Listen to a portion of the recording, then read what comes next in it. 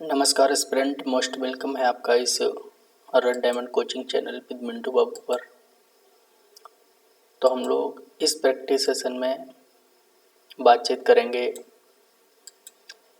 जो उत्तर प्रदेश टीईटी या फिर सुपर टीईटी एग्ज़ाम होने वाला है उसमें कैसे क्या क्वेश्चंस आते हैं। तो ये हम एक प्रैक्टिस सेट लाए हैं जो कि ऑलरेडी यूपी टीईटी में ये सभी क्वेश्चंस आए हुए हैं। तो यदि आप इनको सॉल्व करते हैं तो आपको बहुत ज़्यादा बेनिफिट होने वाला है। तो हम लोग यूपी टीईटी और सुपर टीईटी के लिए ऐसे ही प्रैक्टिस सेट लाते रहेंगे। तो आप देख रहे हैं red diamond coaching channel with Mintu Babu के साथ।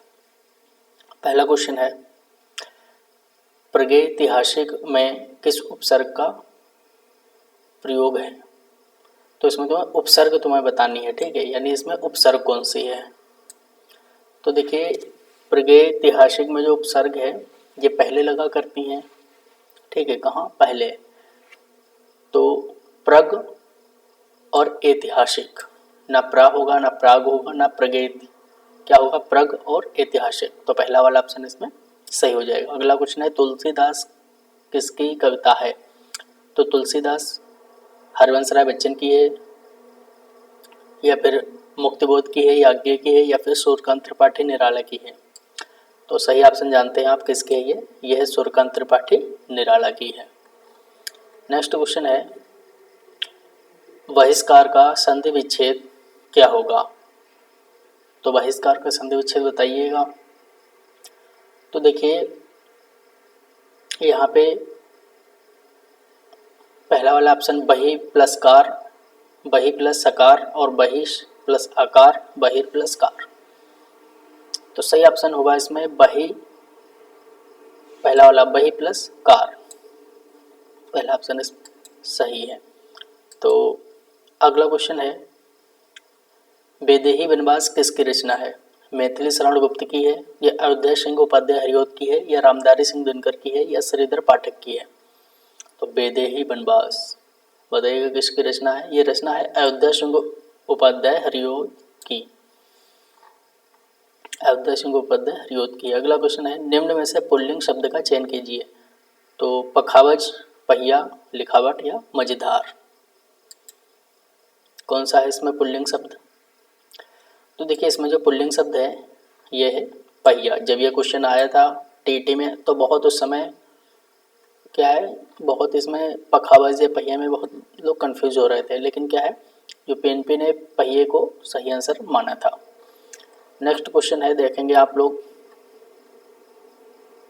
ठीक है, गद्यांश को पढ़ना है और प्रश्न के उत्तर देने हैं। तो आपको एग्जाम में किस प्रकार करना है ये हम आपको बता दे रहे हैं। यदि आपको गद्यांश मिलता है तो सबसे पहले आपको जो उसका क्वेश्चन है वो सभी क्वेश्चन आपको पढ़ लेना है, फिर उसके बाद आपको गद्यांश पढ़ना है। पहले आपको गद्यांश नहीं पढ़ना है, ठीक है।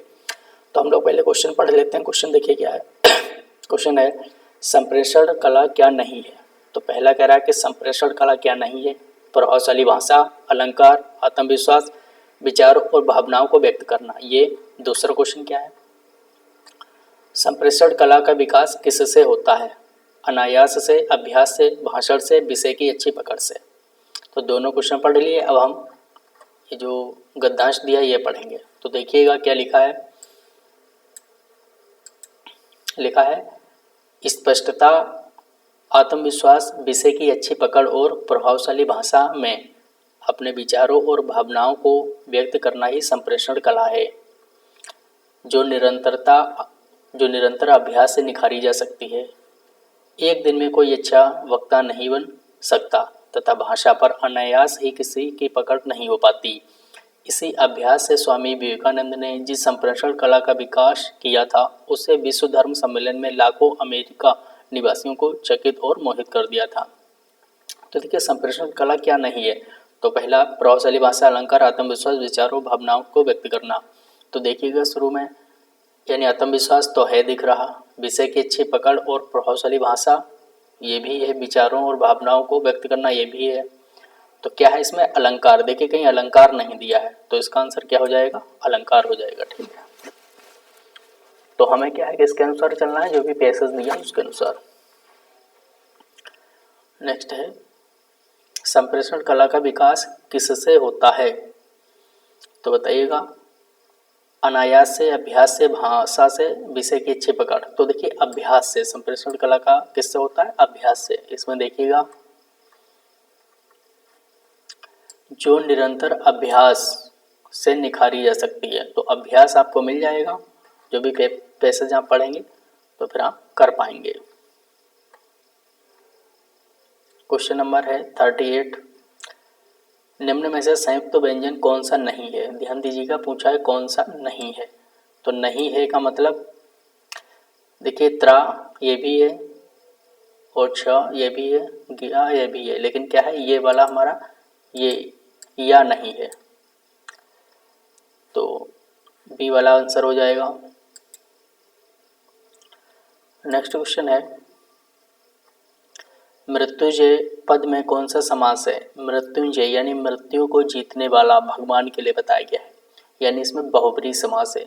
जो किसी दूसरे के प्रति अर्थ दर्शाता है उसमें बहुब्रीहि समास होता है। तो द्विगु समास वो होता है जिसमें गिनतियाँ होती हैं, ठीक है, जैसे कि नवग्रह, ठीक है। कर्मधारय समास जिसमें है जो आता है, जैसे कि है जो आता है। और द्वंद्व समास जैसे माता और पिता, माता पिता, ठीक है, जिसमें और आता है या फिर योजक चिन्ह लगा होता है तो वो द्वंद्व समास होता है। अगला क्वेश्चन है अलंकार में किस उपसर्ग का प्रयोग हुआ है? तो देखिए जहाँ पे जैसे कि संस्कृत आ जाए या अलंकार आ जाए, तो देखिए जो ऊपर ये जो बिंदी रखी होती है, ठीक है, छोटी सी, इसमें क्या है ये हमें अर्थ दिखलाती है। कौन सा अर्थ दिखलाती है अलंकार में? तो इसमें ये माँ का अर्थ दिखलाती है, माँ आधा, तो इसका हो जाएगा अलम। क्या हो जाएगा? अलम प्लस कार, अलंकार। ये पुस्तक किसकी है? मैं रेखांकित शब्द का पद परिचय दीजिए। तो बताइए ये पुस्तक किसकी है? क्या है ये? क्या है ये? तो देखिए ये पुस्तक किसका है, ये तो नहीं है किसकी है, तो इसे स्त्रीवाचक का बोध हो रहा है, ठीक है, यानी पहला ऑप्शन नहीं होगा, तो स्त्रीवाचक हमें यहाँ दिख रहा है। और फिर क्या है? सर्वनाम में विशेषण है, एक वचन है।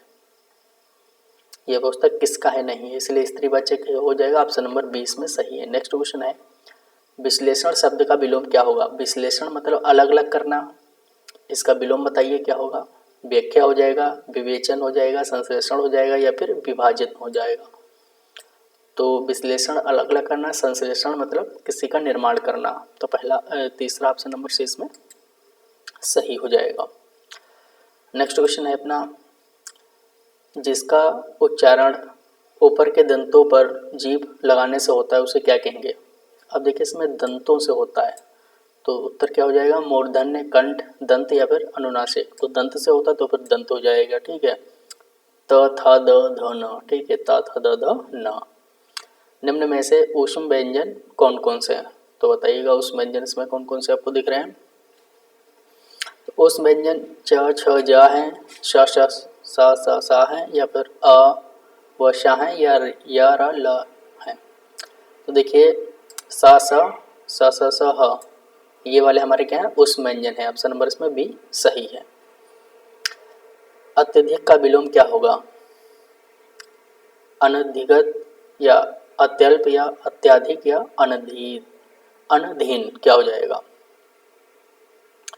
तो अत्यधिक का अत्यल्प, ठीक है, क्या हो जाएगा? अति अल्प। रित का विलोम क्या होगा?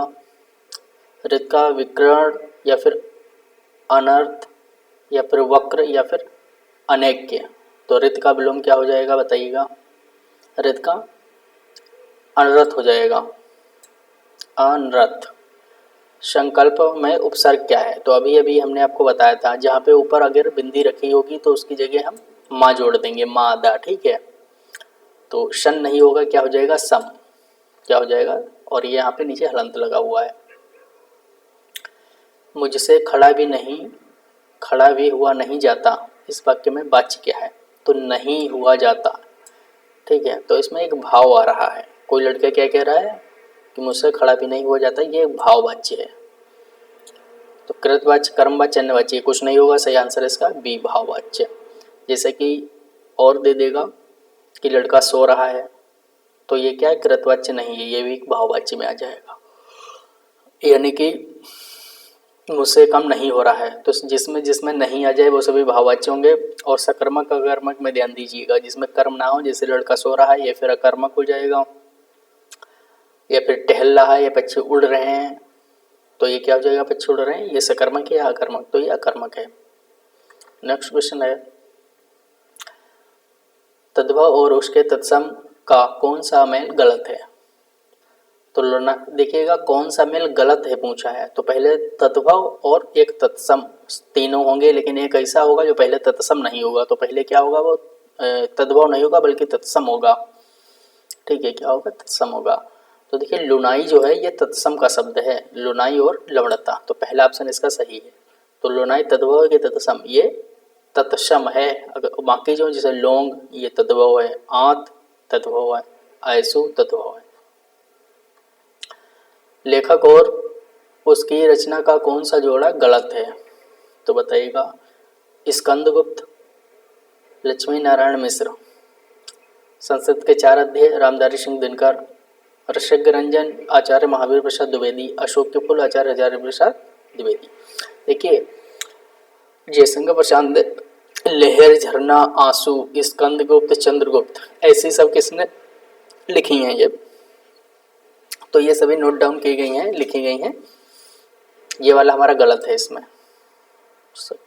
तो स्कंदगुप्त जयशंकर प्रसाद ने लिखी है, ना कि लक्ष्मी नारायण मिश्र ने। अब क्वेश्चन नंबर 51 देखिएगा, कवि और उसकी रचना का कौन सा जोड़ा सही नहीं है, यानी इसमें भी आपको 51 नंबर क्वेश्चन है, इसमें भी आपको गलत ही बताना है। ठीक है, तो देखिए पहली है परिमल, परिमल किसने लिखी, सूर्यकांत त्रिपाठी निराला, सही है कि गलत बताइए। शिवराज भूषण, किसने लिखी, भूषण ने, सही है गलत।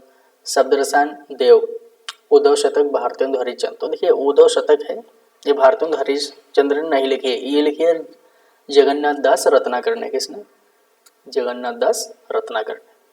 तो ऑप्शन नंबर नहीं है पूछा था, तो यही इसमें गलत है। उद्धव शतक की जगह भारतेंदु हरिश्चंद्र नहीं बल्कि जगन्नाथ दास रत्नाकर होना चाहिए।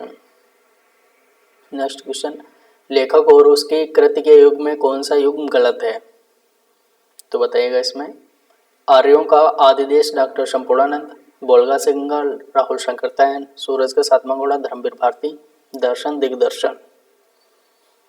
तो देखिए दर्शन दिग्दर्शन ये राहुल शंकरतायन ने ये भी लिखा है, इसलिए ऑप्शन नंबर इसमें डी सही है। तो दर्शन दिग्दर्शन किसने लिखा है, ये लिखा राहुल शंकरतायन ने। विराम चिन्ह की दृष्टि कौन सा वाक्य अशुद्ध है, तो विराम की चिन्ह की दृष्टि बताइएगा, हाँ मेरा यही विचार है। अब देखिए हाँ मेरा यही विचार है, इसमें कुछ गलत लग रहा है क्या, बताइएगा। वे ईमानदार, कामा, परिश्रमी, कर्मठ और मृदुभाषी है, उसके पास धन, वैभव, नौकर चाकर आदि सब कुछ था। आप हमारे घर आना चाहते हैं तो आइए, ठहरना चाहते हैं तो ठहरिए। पहला वाला ध्यान दीजिएगा, हाँ यहाँ पे हमें क्या है, संबोधन चिन्ह होना चाहिए, इसलिए ये पहला वाला गलत है। ठीक है, इसलिए पहला वाला क्या है, गलत है।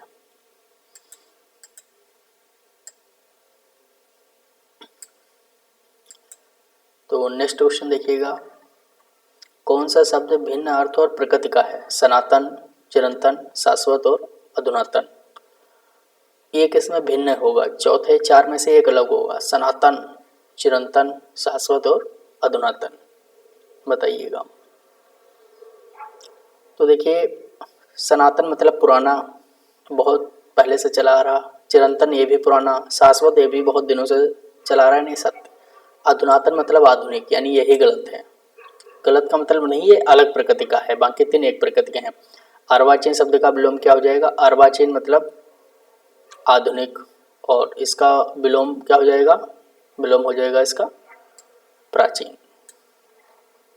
व्याकरण के दृष्टि कौन सा शब्द अशुद्ध है, तो विभीषण, बिरहणी, गृहिणी, जगतगुरु। तो बिरहणी नहीं बिरहणी होता है, इसमें छोटी की पाई लगनी चाहिए, बिरहणी, हाँ में छोटी की पाई लगेगी, ठीक है, इसलिए ये गलत है। निम्न में से कौन सा युग्म गलत है, मुट्ठी गर्म करना, रिश्वत देना, लुटिया डुबाना, सारा काम चौपट करना, सब्ज बाग दिखाना, हरा भरा करना। देखिए सब्ज बाग दिमाग में आ रहा, हरा हरा, तुम लोग कहोगे हरा हरा, ये तो सही है, लेकिन सब जवाब दिखाना इसमें हरा भरा करना ये नहीं है, ठीक है। माई का लाल साहसी व्यक्ति, शब्द जवाब दिखाना ये लालच देना होता है, ठीक है, लालच देना, इसलिए ये वाला गलत हो जाएगा। मेरी भव बाधा हरो राधा नागर सोई, जातन की जहीं परे श्याम हरिदूत होय। उपयुक्त दोहे में कौन सा अलंकार है? तो इसमें श्लेष है, अन्योक्त है, यमक है या फिर रूपक है। मेरी भव बाधा हरो राधा नागर सोई, यानी जो राधा है वो कह रही है, और क्या है इसमें दो अर्थ हैं, जहीं परे मतलब उस इसके लिए, इसलिए इसमें श्लेष अलंकार आया है। गौशाला में कौन सा समास है?